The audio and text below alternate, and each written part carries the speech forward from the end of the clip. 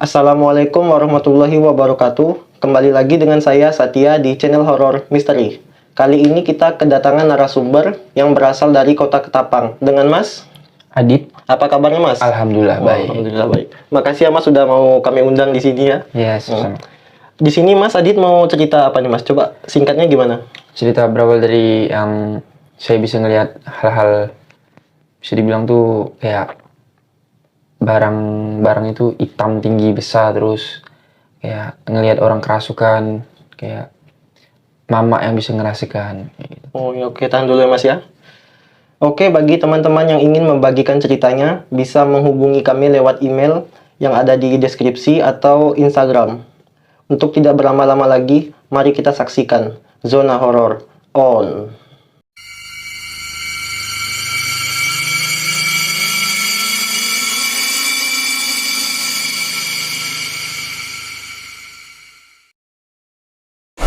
Tepatnya berada di Kota Ketapang, berawal dari kisah tante saya yang tinggal di rumah nenek. Tante saya itu kayak adik dari mama, adik kedua lebih tepatnya dari mama. Dia tinggal di rumah nenek dari awal saya SD sampai SMP kelas 3 akhir. Awal mula ceritanya tuh dia pergi sama nenek saya, pergi kayak ke tempat perbelanjaan kayak pasar. Pulang dari pasar mereka lewat ke SD, salah satu SD di Kota Ketapang yang bisa dibilang dulu tuh angker lah, bisa dibilang angker. Dan di situ tuh ada makam pahlawannya. Dia tuh lewat di jalan itu tuh kayak yang tiba-tiba cium bau bangkai. Terus kayak nenek saya bilang kayak gini, itu bangkai apa ya? Terus tante saya jawab, ini bukan bau bangkai binatang atau bangkai hewan yang lain-lain, ini bangkai manusia nih gitu kan. Kayak itu dia ngomong ke nenek saya. Kebetulan tante saya kan orang rumah sakit, jadi kayak bau-bau bangkai yang manusia itu kayak udah hal lumrah lah di rumah sakit kan. Baru dari situ terus pulang ke rumah mandi beres-beres. Tante saya sholat sama suaminya tuh imam, terus itu kayak makmum di belakang. Setelah rakaat kedua sholat maghrib, pas ruku tuh tante saya tuh kayak tiba-tiba matanya tuh kayak yang natap tajam gitu, terus kayak tiba-tiba ketawa. Om saya dari belakang kayak dicakarnya sampai ibarat kata tuh badan tuh kayak merah-merah kayak dicakar orang gitu kan. Pas om saya balik badan tuh ternyata udah posisinya tuh udah kerasukan yang ketawa kayak ketempelan lah, kata orang, ketempelan setan atau apalah kan. Di situ tuh berusaha buat diredakan kerasukan tuh. Ternyata sekitaran hampir setengah jam baru bisa dihilangkan itu tuh kerasukan tersebut. Oh ya, itu kejadiannya itu kapan itu Mas? Maghrib, habis Isya atau gimana? Posisinya dia pulang dari pasar itu sore dekat maghrib. Setelah itu dia mandi, sholat maghrib berjamaah kan di rumah. Oh iya. Itu posisi itu kayak yang nggak tahu lah, hal pertama kali yang dirasakan di rumah itu lah kan. Terus berawal dari itu beberapa minggu atau sekitaran berapa minggu kemudian, tetangga sebelah rumah nenek itu kayak yang kerasukan. Itu posisinya yang kerasukan itu laki-laki. Dia kerasukan di dalam kamar, posisi kamarnya kayak udah ditutup. Posisinya itu sore sekitaran habis asar lah. Itu masih dibaratkan itu masih ada almarhum Dato teman saya yang di depan rumah nenek saya itu. Tiba-tiba si tetangga nih, si mama ini kayak berteriak kan, tolong. Dia tuh udah megang pisau, kerasuknya posisi megang pisau. Dan datuk saya itu sama datuk almarhum teman saya yang di depan tuh lari ke rumah tetangga sebelah. Pas buka pintu tuh kayak udah nodongin pisau tuh, kayak teriak-teriak, nggak tahu teriak apa, pokoknya kerasukan gitu. Terus udah pada ramai tuh ngeliat kan, pada lihat ramai. Terus dia tuh tiba-tiba duduk, pisaunya dibuangnya kayak nyinden gitu kan, laki-laki nyinden kan aneh kan. Terus udah berapa lama, hampir 1 jam lebih berusaha dihilangkan gangguan, mungkin bisa dibilang gangguan makhluk-makhluk kayak gitu kan. 1 jam lebih baru bisa reda. Udah dia istirahat, udah lepas itu udah nggak ada kejadian. Habis dari itu udah nggak ada kejadian, udah berapa bulan. Tibalah saatnya abang bisa dibilang tuh abang jauh lah, kayak itu tinggal di kampung yang kecil di Kabupaten Ketapang, terus ngerantau ke kotanya, terus kayak kerja di salah satu hotel. Dia tinggal tuh di atas, kayak bisa dibuatkan denahnya ini kayak ruang keluarga, terus tangga ke atas. Di samping pas naik tangga sebelah kanan tuh WC yang udah memang lama tidak terpakai, terus kamar, gudang, kamar, baru teras atas lah dibilang kan. Setiap awal mula tuh, setiap malam tuh atau setiap subuh tuh, abang saya ini sering dengar yang namanya anak kecil lari-larian di atas. Dan itu awal mulanya.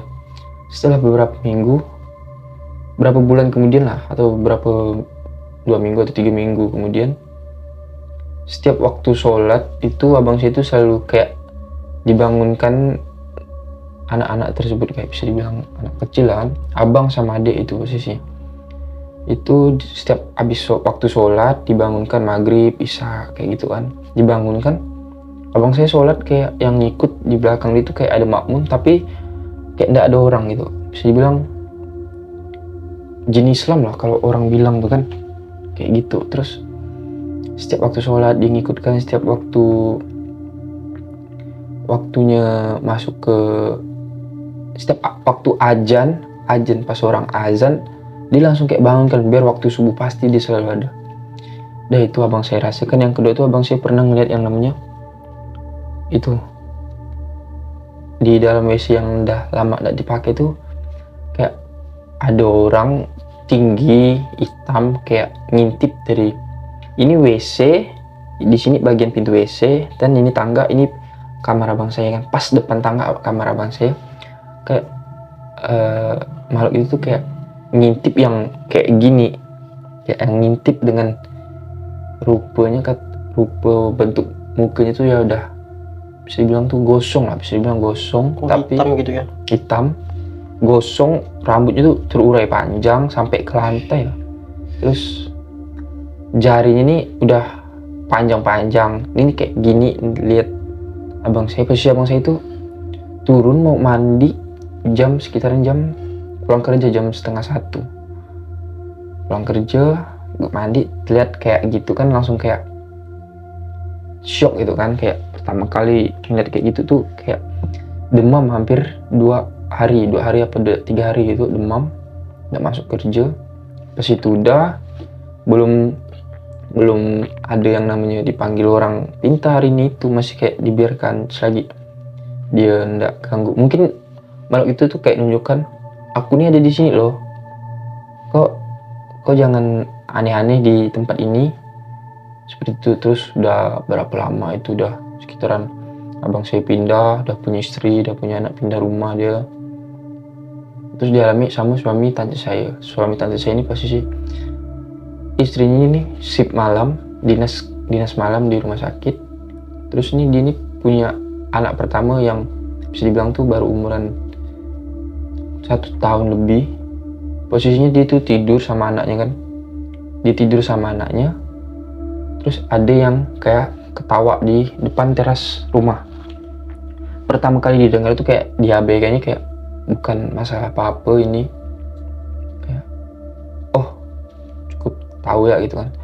Terus kayak makin kuat didatengin om saya ke atas. ternyata itu kayak udah pas keluar pintu teras, makhluk itu tuh kayak udah ada duduk di sebelah kiri teras, tembok teras tuh sudah duduk sambil tawa. Bisa bilang om saya itu orang yang sholatnya tidak pernah tinggal, ngaji tidak pernah tinggal, ini itu lah. Terus dia kayak memberanikan diri buat ngeliat itu, yang posisinya tuh kata om saya itu kain putih yang udah kotor, udah lusuh, putih udah kekuning-kuningan gitu, udah kotor sekali kan.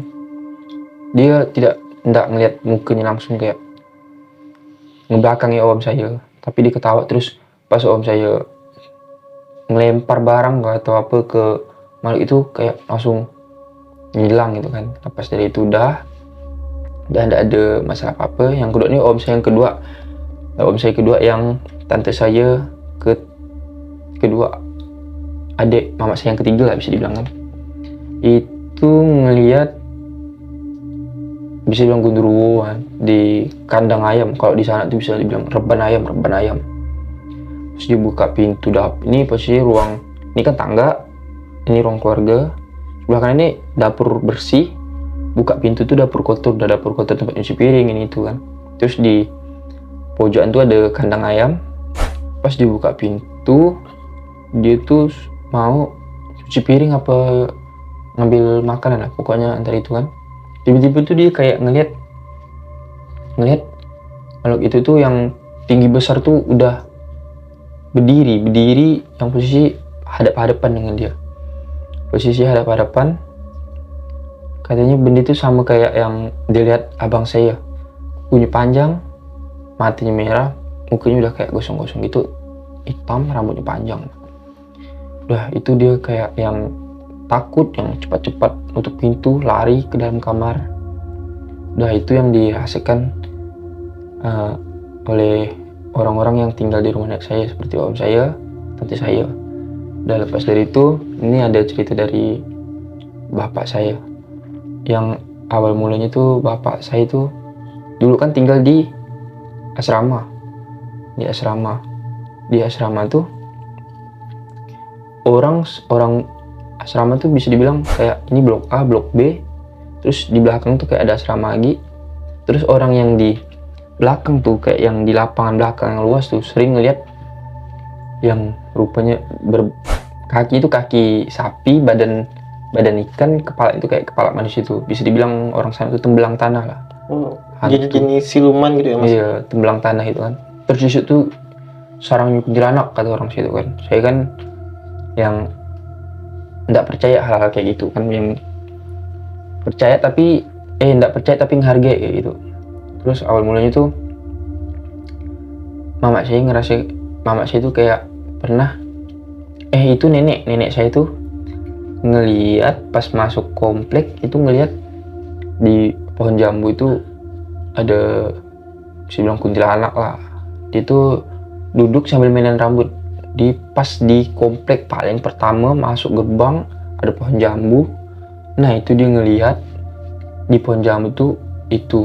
Nenek saya tidak hiraukan lah, nenek saya kan bisa bilang tuh dia tuh udah banyak lah kisah-kisah dia di tempat-tempat kayak gitu. Dia kan dulu kan orang tinggal di dalam kampung yang udah kampung, lewat sungai, masuk ke dalam gang yang di sungai, baru nyampe ke kampung dia kan. Kayak jauh gitu. Kali ya.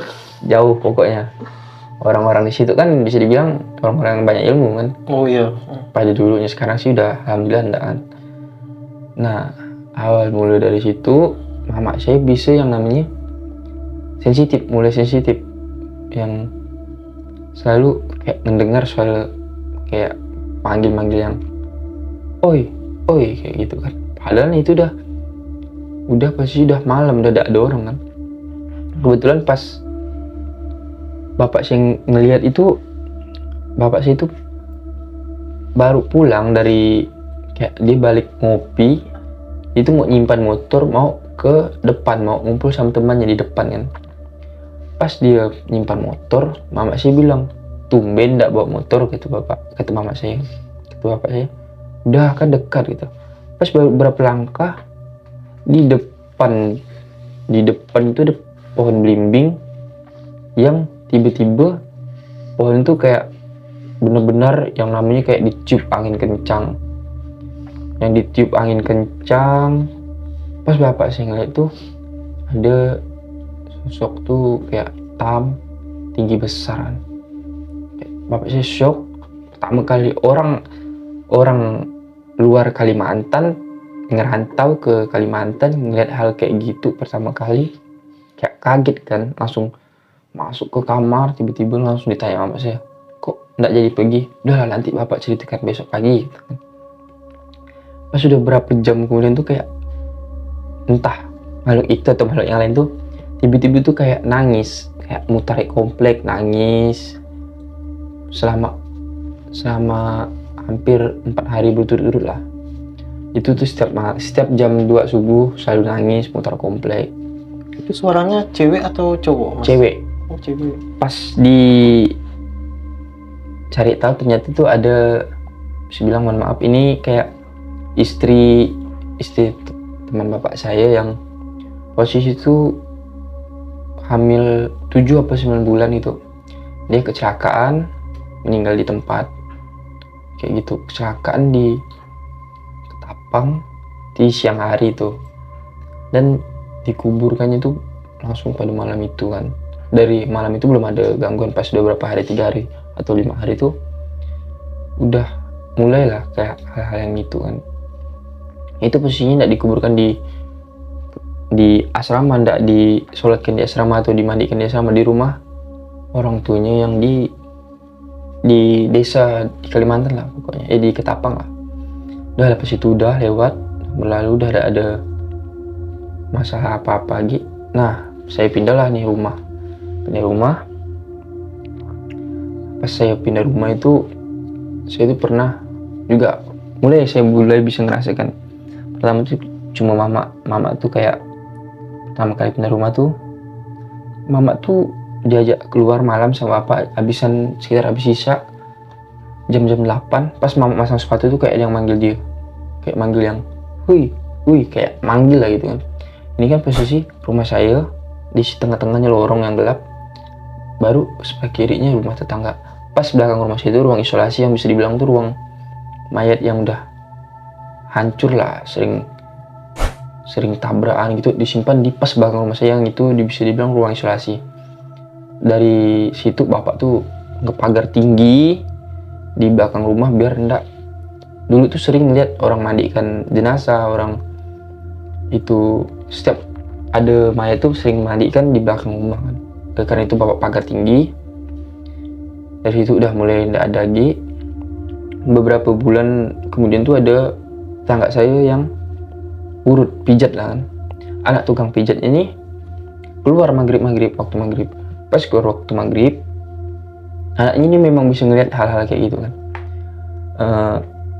Anaknya ini ngelihat makhluk yang tinggi, terus cewek katanya, terus mukanya tuh mata sebelah kanan apa kiri itu udah nggak ada, mukanya tuh udah hancur, yang darah di mana-mana katanya, sampai nyocor ke baju, lidahnya ini udah keluar kayak gitu kan.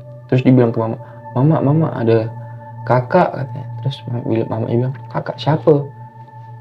Anaknya tuh bilang, kakaknya tapi jelek, mukanya hancur katanya, matanya nggak ada lagi gitu kan.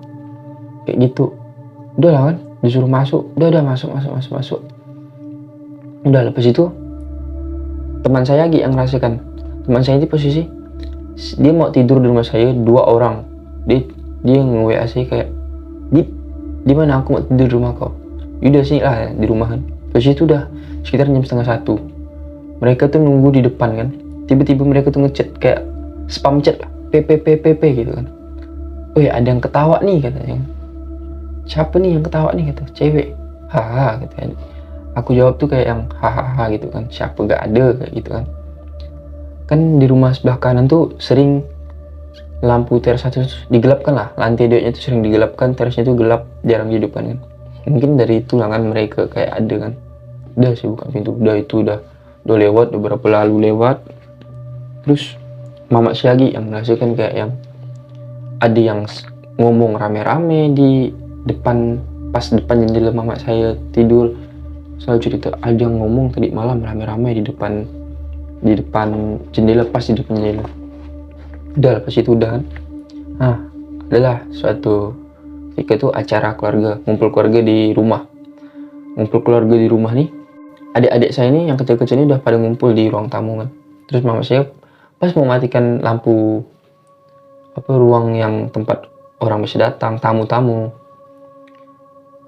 itu kayak ngeliat anak kecil yang sama pada waktu lihat abang saya yang dulu sering dibangunkan. Itu posisi anak kecil itu kayak duduk yang selonjoran. Terus mama saya kayak manggil itu kayak, udah sini ya, jangan main di luar katanya. Terus tante saya yang kedua nih, yang kerasuk dulu nih, dia ngomong, kak udah ada anak-anak di depan tuh, udah di dalam semua kan. Terus itu pas dilihat dua kali udah nggak ada lagi. Udah setelah itu tante sini pulang semua, pulang. Tante saya kedua kan pindah ke rumah saya yang dulu yang di asrama. Pas suaminya mau keluar, anak kecil tersebut tuh kayak main keran di depan, jongkok sambil kayak main air lah yang ditadah di gini. Terus om saya bilang, udah pulang ke rumah, abangmu nyari. Udah dia pulang tuh kayak bawa sorban tuh disimpan di sini kayak yang lari-lari gini. Terus udah berapa saat langsung hilang gitu kan. Udah lepas dari itu, seringlah om saya cerita gitu kan. Udah, ini mulai saya yang ngerasakan. Saya tuh pertama kali ngerasakan tuh di rumah juga. Saya tidur di kamar atas kan, ada teras lah atasnya itu kan. Pas saya main game, itu kayak ada suara orang ngomong rame di depan. Panik dong pertama kali dengar kayak gitu kan, turun ke bawah. Udah berapa hari tidur lagi di atas, ada lagi suara kayak gitu kan.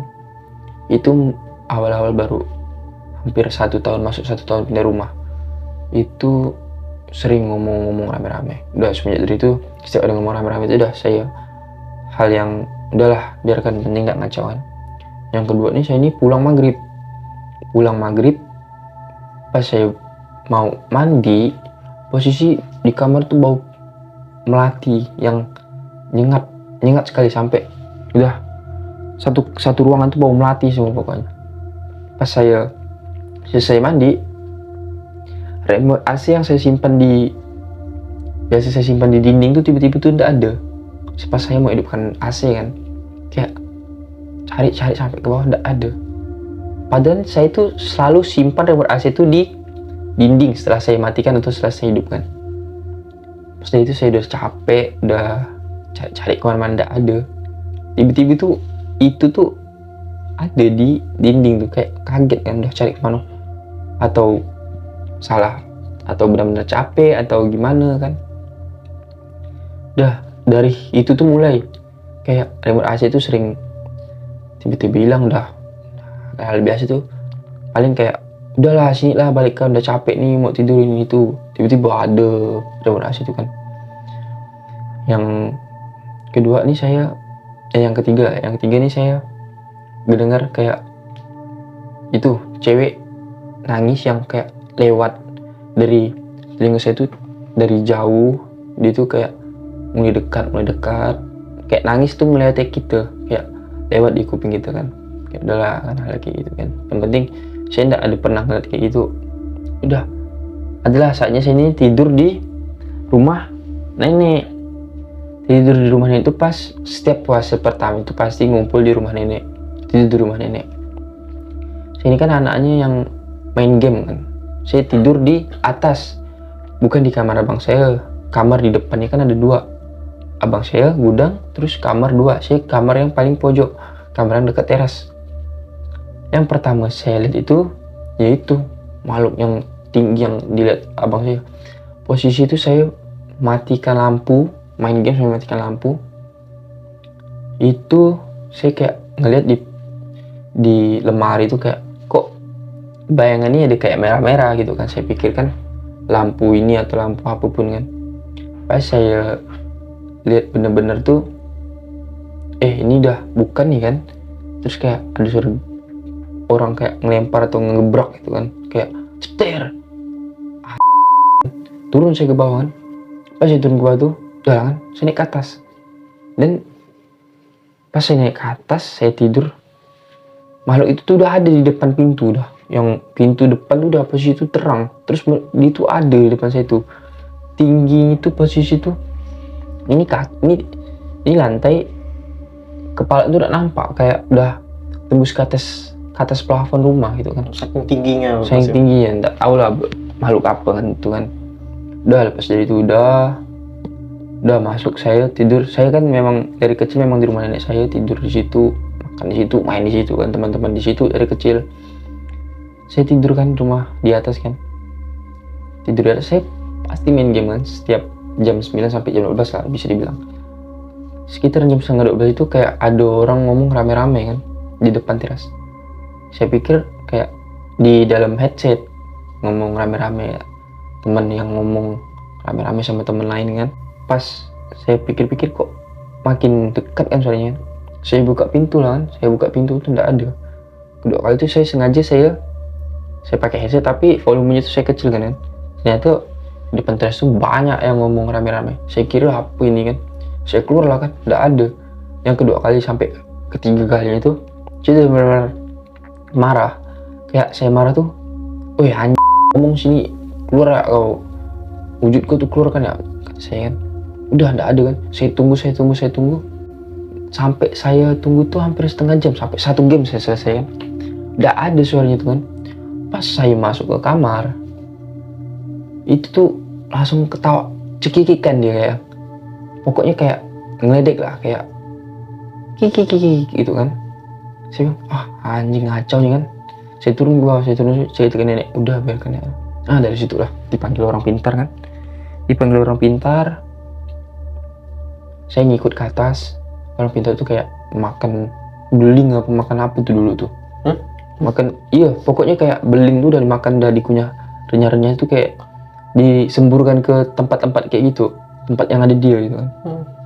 Disemburkan ke tempat yang di WC, pertama di WC, disemburkan di WC, disemburkan tuh kayak dimasukkan ke dalam kain kafan apa gimana tuh, terus disemburkan ke yang katanya ada cewek yang di depan teras, udah disemburkan. Yang kedua yang anak kecil buat ini memang tidak disembur karena dibilang udah ini baik nih yang disemburkan. Dia nggak ganggu, paling kayak cuma bangunkannya pada saat waktu sholat kan. Memang kalau di atas itu ya sepi pun kadang ada yang suara langkah rame kayak main kejar-kejaran gitu anak kecil kan. Udah lah, nenek saya tuh udah yang ini biarkan ya kan, kata nenek saya. Udah pas dibuang tuh saya dibilang jangan pakai baju celana yang dipakai hari ini. Kenapa? Nanti dia bisa ikut lagi, karena dibuang di sungai. Barang itu tuh dibuang di sungai.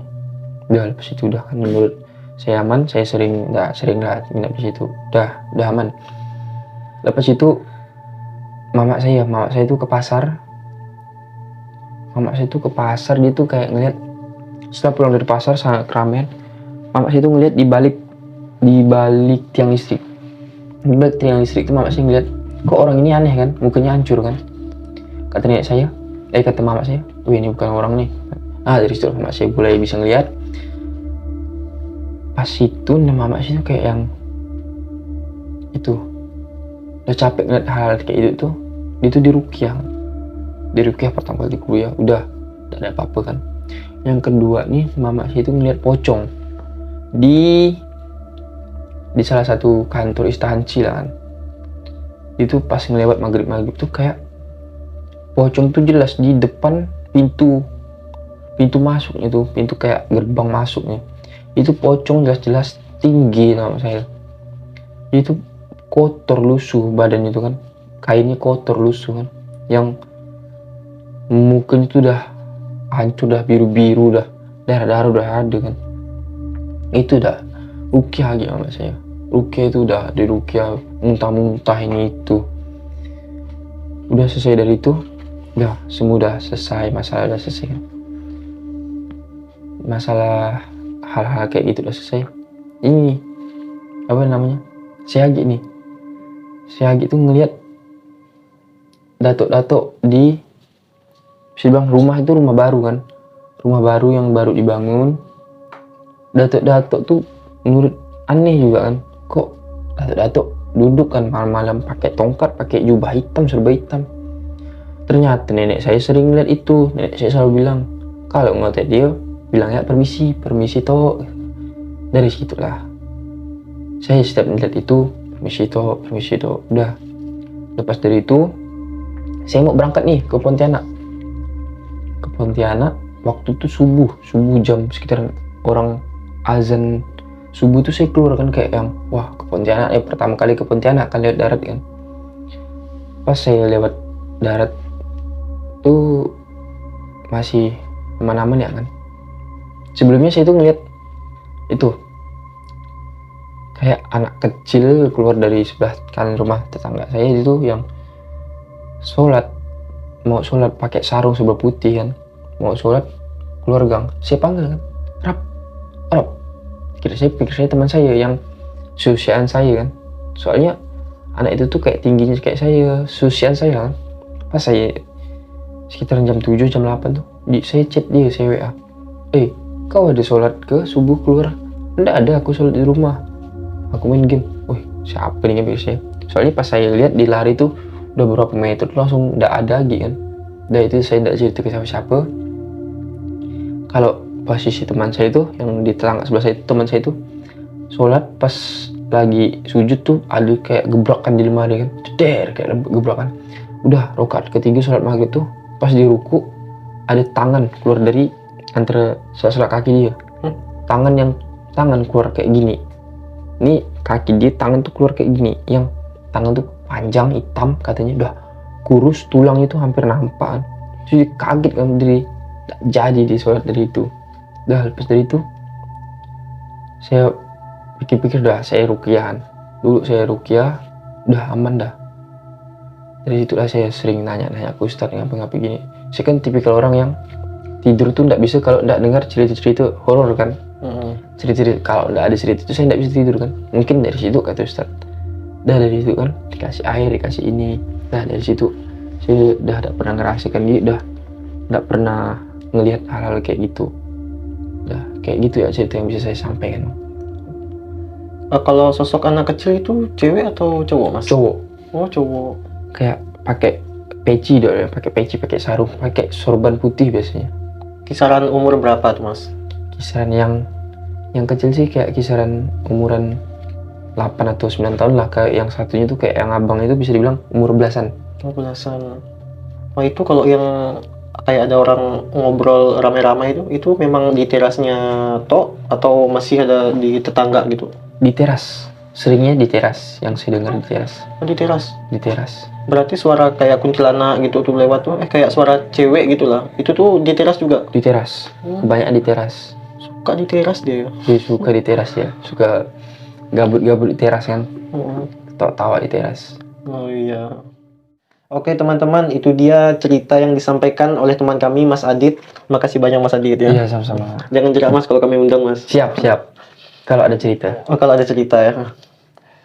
Bagi teman-teman yang ingin membagikan cerita horornya, bisa menghubungi kami melalui Instagram atau email yang ada di deskripsi.